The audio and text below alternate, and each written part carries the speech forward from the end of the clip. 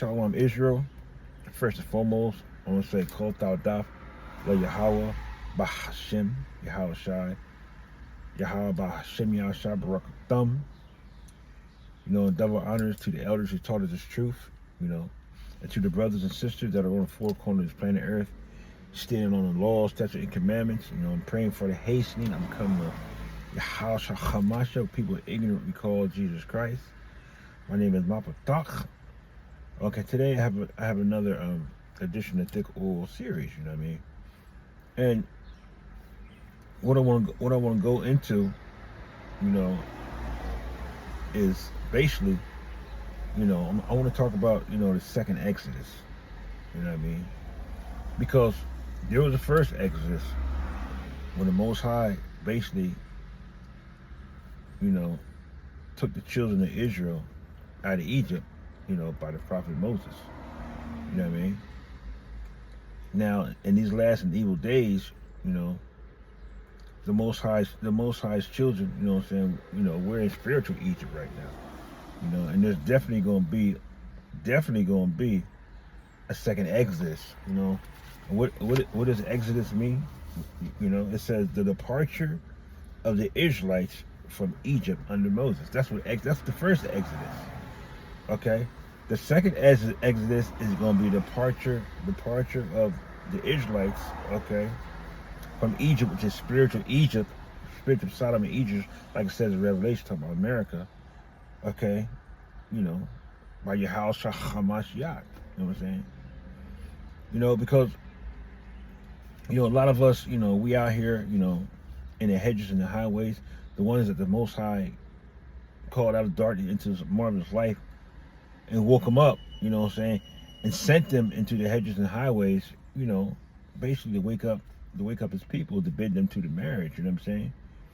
And when the brothers, make that commitment with the Most High and they go ahead and do the work for the Lord, the first thing to come to mind, oh wow, I did the work for the Lord, my way is gonna be easy, But it's totally opposite, Because once you're doing the will of the Lord, okay, the enemy is fighting you even worse. He's fighting you even harder now because you're being obedient to the Lord. Okay, and the Most High is using you through His Spirit. Okay, they get this message out.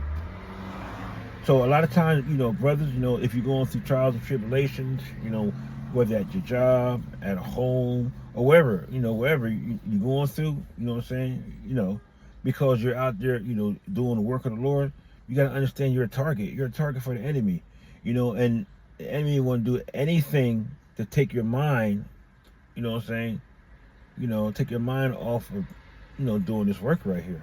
You know what I mean? I think it's in Matthews.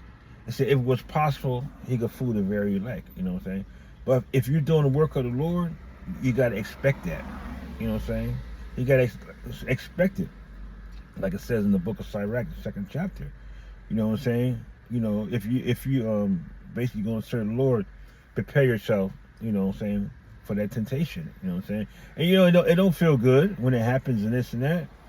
But you got to be strong, and you got to know and understand that, if you wasn't a threat, the enemy wouldn't be trying to, attack you using people, places, or things. You know what I'm saying? And what we got to remember, we got to learn to encourage ourselves. You know what I'm saying? Because, King David encouraged himself. Let's go into that real quick.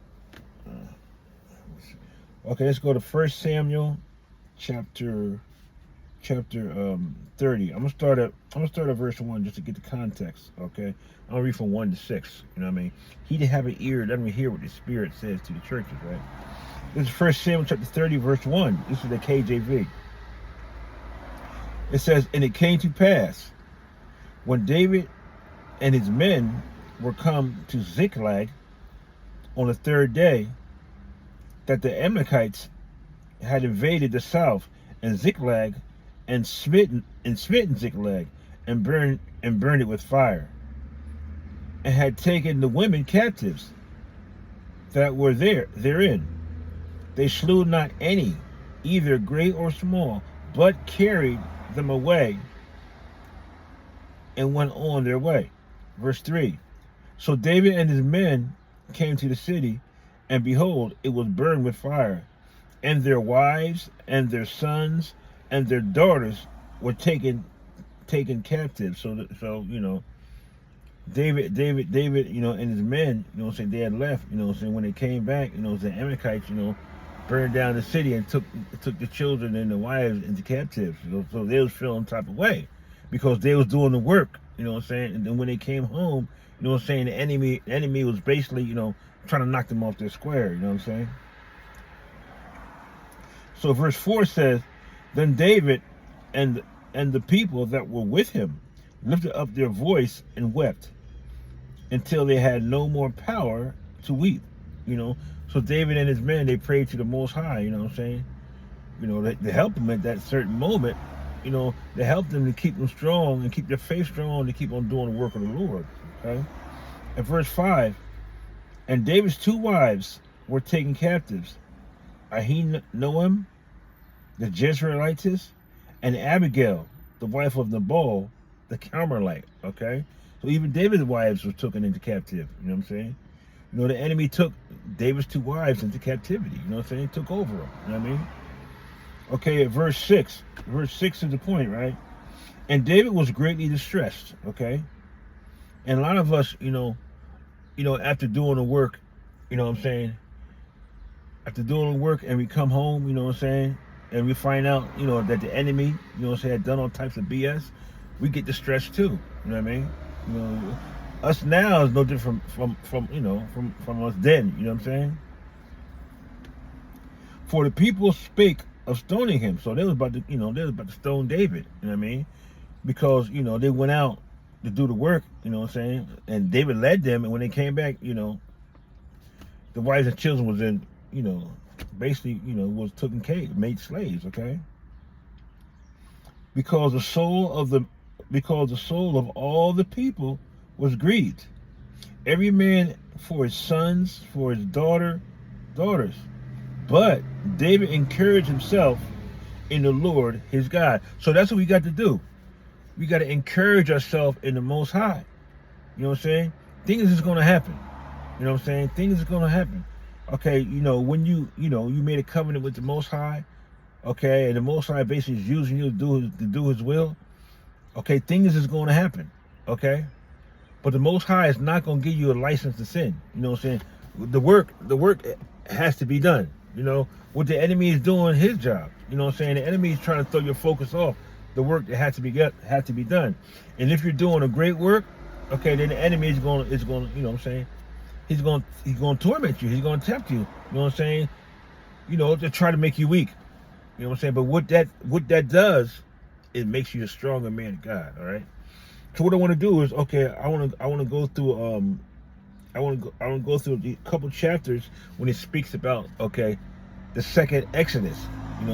How the Most High is going to send Yahushua, okay, to deliver us, okay, from this captivity that we're in right now. And basically, what that is encouraging us, the ones that are in the hedges and highways, doing the work of the Lord and dealing with all this pressure, to encourage us that the end justify the means. You understand what I'm saying? He didn't have an ear. Let me hear what the Spirit is saying. All right. So my first precept I want to go to. I'm going to go to Jeremiah 31. All right. Jeremiah 31. Now I'm talking about, the second Exodus. Okay. We know the first Exodus with Moses, but the second Exodus is going to be, Yahushua. You know what I mean? And the chariots. So I'm going to go to Jeremiah 31. All right. We'll start at verse 7.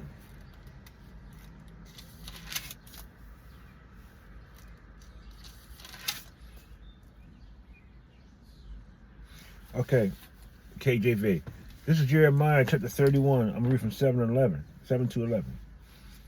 Okay. Verse 7 says, For thus said the Lord, sing with gladness for Jacob, and shout among the chief of nations.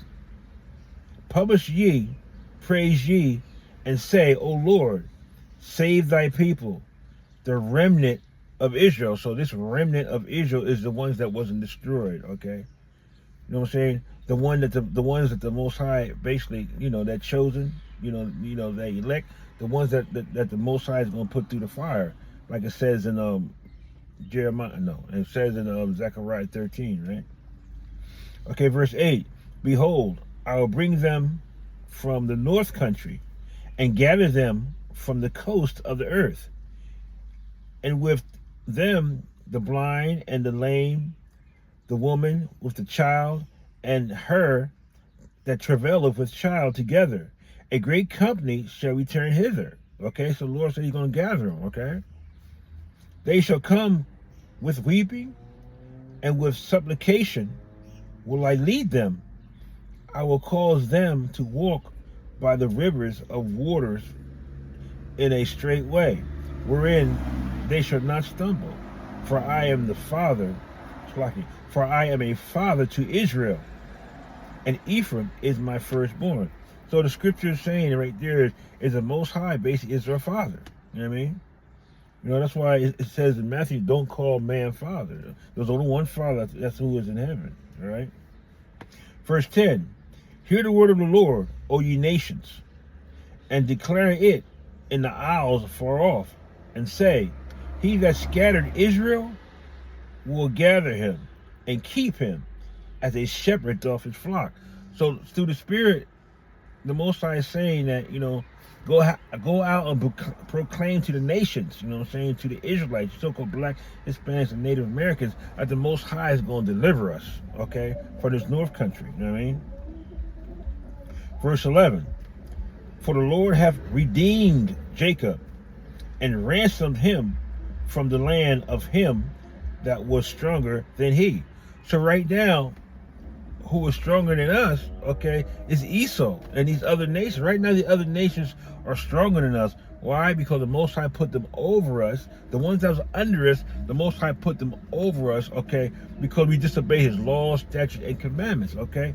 But the Most High said he coming back, you know what I'm saying, to redeem us, which means it's to buy us back, to bring us back, you know what I'm saying? Read means always to bring back, you understand what I'm saying? To bring us back to where we come from. Because why? He's our father. Okay, we're his children. Yeah, we disobeyed him and he punishes us, but he's going to bring us back into the house. Understand what I'm saying?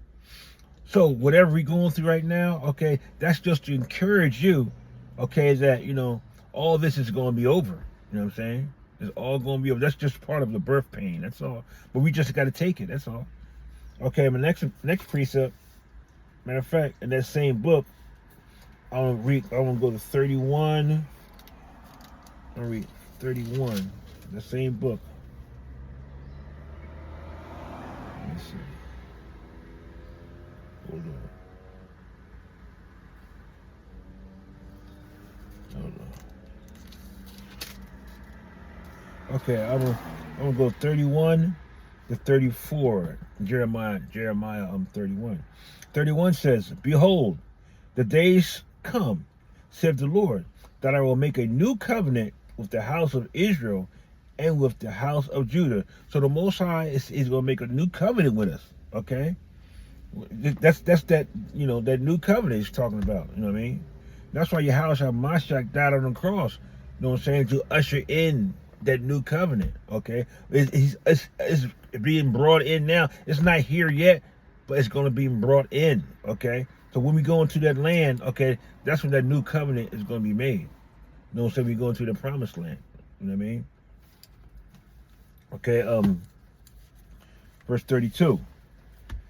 Not according to the covenant that I made with their fathers in the day that I took them by the hand to bring them out of the land of Egypt. So that's the first Exodus, okay? The Most High is not talking about that covenant. It's not going to be like that covenant, which my covenant they break, although I was a husband unto them, said the Lord. So we broke that first covenant. That's why he scattered us. Okay, that's why we're over here, you know what I'm saying, in America right now, you know what I'm saying, in bondage, you know what I'm saying, or wherever else, Most High scattered us out of the, out of Israel, you know what I'm saying, out of Jerusalem, out of that promised land, you know what I'm saying. So we were scattered, you know what I mean? But like it said in, from 7 to 11, that the Most High gonna bring us back. Okay, verse 33. Okay, but this shall be a covenant that I will make with the house of Israel. So that's the northern and the southern kingdom. After those days, said the Lord, I will put my law in their inward part and write it in their hearts, which means their minds, and will be their God, and they shall be my people. Okay, the Most High is going to be your God, you know what I'm saying, and we're going to be His people. Okay, which means that, okay, the Most High is still our God now, but we're punished right now. Okay, so basically, the Most High basically is, we're serving judgment right now by the hand of the Most High. But once the Most High puts those laws, statutes, and commandments, in our inward parts, we're going to know, okay? We're going to know not to do wrong. We're going to know to do right. And then we're going to have a good relationship with the Most High. Okay, He's going to be our God, and we're going to be His people. You understand what I'm saying? We're going to be close. We're going to be close again. You understand what I'm saying? Because when we were scattered, it was like, it was separation. You know what I'm saying? It's like when a man and a woman argue and this and that, husband and wife argue, then what happens, it's a separation. You understand what I'm saying? So there's a separation. So what happens, the Most High basically, we're going to basically reunite again. You understand what I'm saying?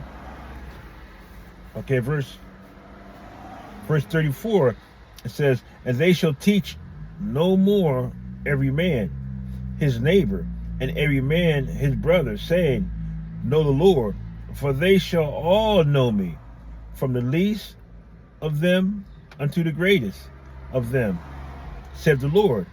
For I will forgive their iniquity. Iniquities are many sins, and I will remember their sin no more. Okay, so the Most High said He's going to forgive us, okay, of our sin, of us transgressing His law, okay, and He's not going to remember what we've done in the past, because that's what the Most High does. Okay, the Most High is not like man. Man is say they'll forgive you, but He's still going to bring back up what you've done in the past. But the Most High said He's not like that. He's not moving like that. You understand what I'm saying? His phone dark.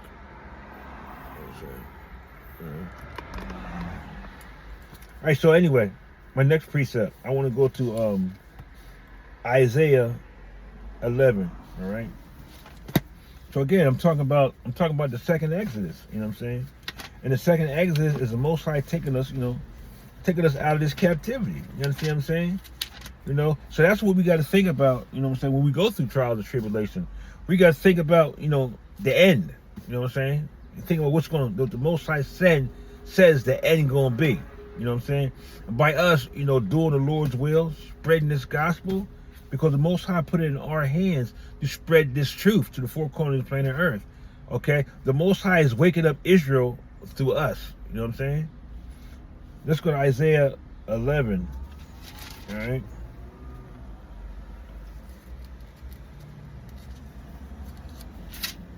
Isaiah 11, verse 11 and 12, right?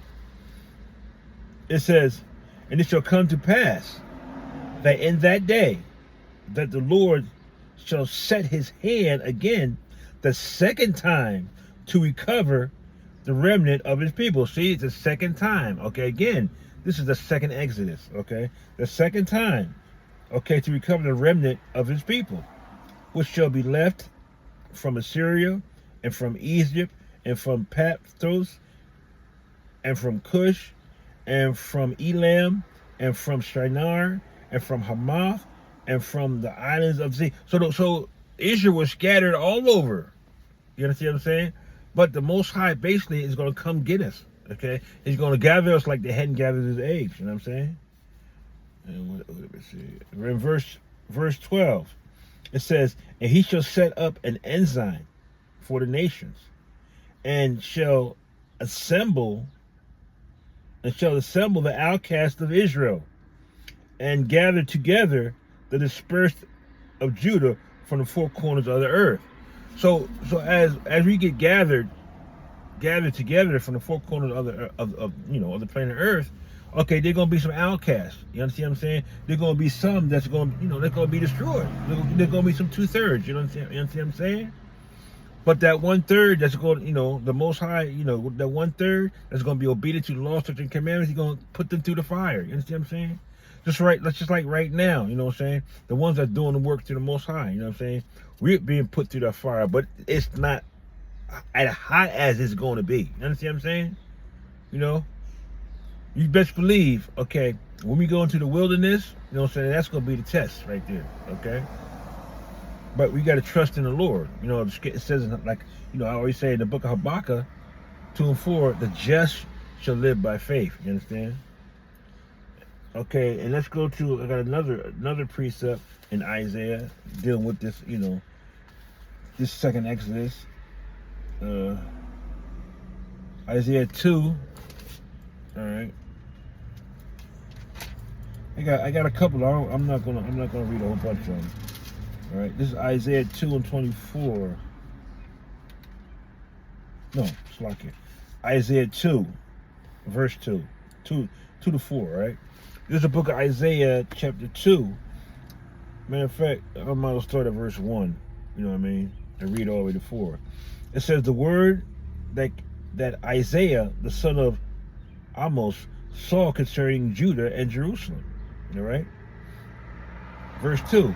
And it shall come to pass in the last days that the mountain of the Lord's house shall be established in the top of the mountains, and shall be exalted above the hills, and all nations shall flow unto it. Okay, this talk about, the city of David, the mountain of the Lord, Jerusalem, you know what I mean?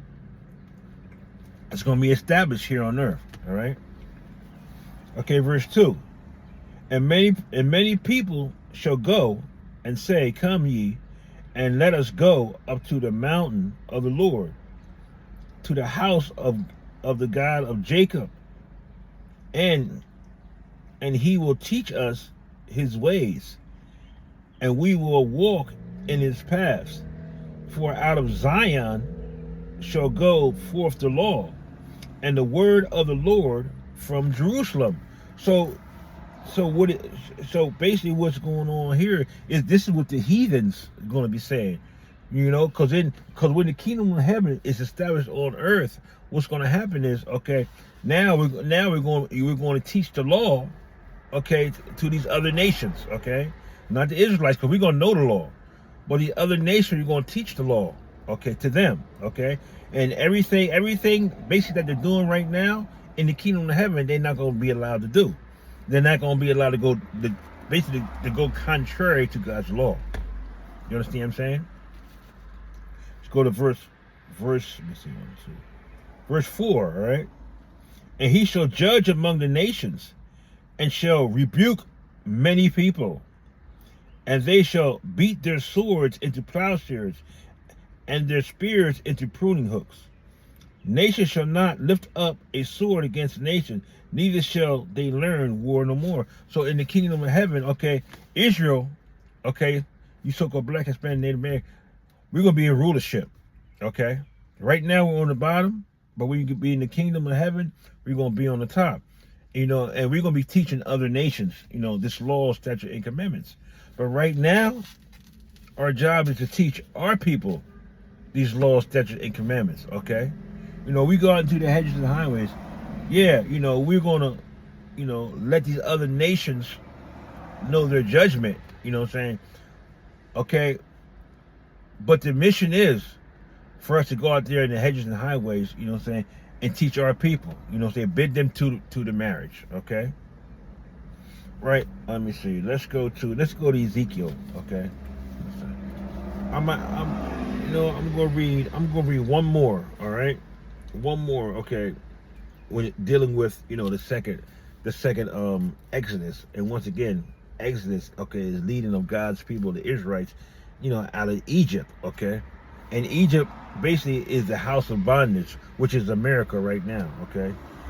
So I'm gonna go to Ezekiel 36 real quick.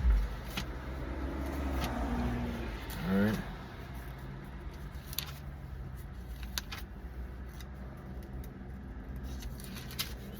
Okay, Ezekiel 36, I'm going to read verse 24. 24. I'm read 24. Okay, 24 to 29. Like I said, I have a lot of precepts on this, but I'm sure brothers and sisters, are getting to understand through the Spirit, right? So this is Ezekiel chapter 36. I'll start at verse 24, right? It says, "For I will take you from among the heathen and gather you out of all countries, and will bring you into your own land." Okay? What is our own land? Our own land is Jerusalem, all right? That's our own land, okay? Verse 25. "Then will I sprinkle clean water upon you." Let's talk about the new covenant, okay? Like we read in Jeremiah 31, right?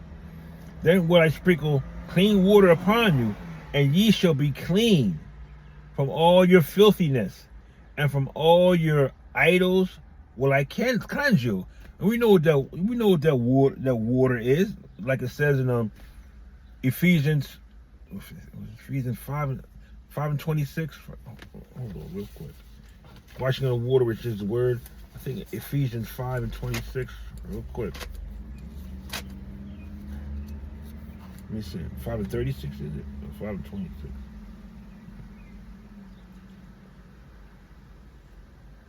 Hold it. Let's see. 5:26.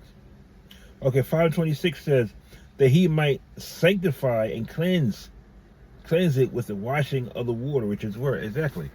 The washing of the water, because ain't nothing gonna make you clean, okay, but the truth makes you free. The truth makes you clean, okay, from sin. You know what I mean? All right? So again, through the Spirit, the Lord's gonna wash us with the water, okay, which is his word right here. Okay? Let me see where I'm at. I'll read 25 again. "Then will I sprinkle clean water upon you," which is his truth, this word, "and ye shall be clean from all your filthiness, and from all your idols will I cleanse you." Okay? Verse 26. "A new heart also will I give you." That's which the heart is mine. "And a new spirit will I put within you." Okay? "And I will take away the stony heart out of your flesh, and I will give you a heart of flesh." So the Most High, so you're gonna be a new being, okay? You're not gonna be the old person, okay, that you was in the world. And you see what I'm saying? Once you walk into that kingdom, okay, you know what I'm saying? You're gonna be a new person. You know what I'm saying? You're gonna have a glorified body. Your mind gonna be cleaned up. You know what I'm saying? You're gonna know these laws, statutes, and commandments. Okay, the Lord gonna make a new person out of you. You know what I'm saying? Verse 27. "And I will put my spirit within you, and cause you to walk in my statutes, and ye shall keep my judgments and do them." All right? So what's going to happen is the Most High going to make us free. You feel me? Verse 28. "And ye shall dwell in the land that I gave to your fathers, and ye shall be my people, and I will be your God." Like I said, like I said, should be my people now, should be your God. Like it said in Isaiah, okay? Verse 29.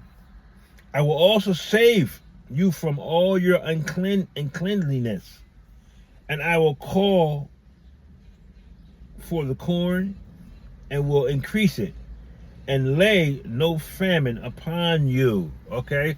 So the Most High says when we get into that kingdom, we're going to prosper. You know what I'm saying? With everything we touch, with everything we put our hands, planning, building, whatever, we're going to prosper. Okay? So it's our heaven. Okay? Right now, okay, it's the enemy's heaven. Okay? But this is the difference between the enemy's heaven and our heaven. The enemy's heaven has an ending to it, but ours don't. Okay? So basically, with that, I just pray that brothers and sisters, you know what I mean, had an understanding what the Spirit was saying, And if I said anything wrong, it definitely wasn't the Spirit, it had to be your flesh. Okay, and I just pray, brothers and sisters, you know what I mean? When you're doing the work of the Lord, you're going to be tested. But, like King David, encourage yourself. You know what I'm saying? In these scriptures, do whatever you have to do. You know what I'm saying? To get into that spirit, you know what I mean? Because, it's almost over. You know what I'm saying? And like I always say, right? You know what I mean? Knowing and doing it's two different things. You know what I'm saying? And with that, you know what I'm saying? I want to say, Kol Tawadaf, you know what I'm saying? Wa Mawaf Lababal, or Shalom Israel.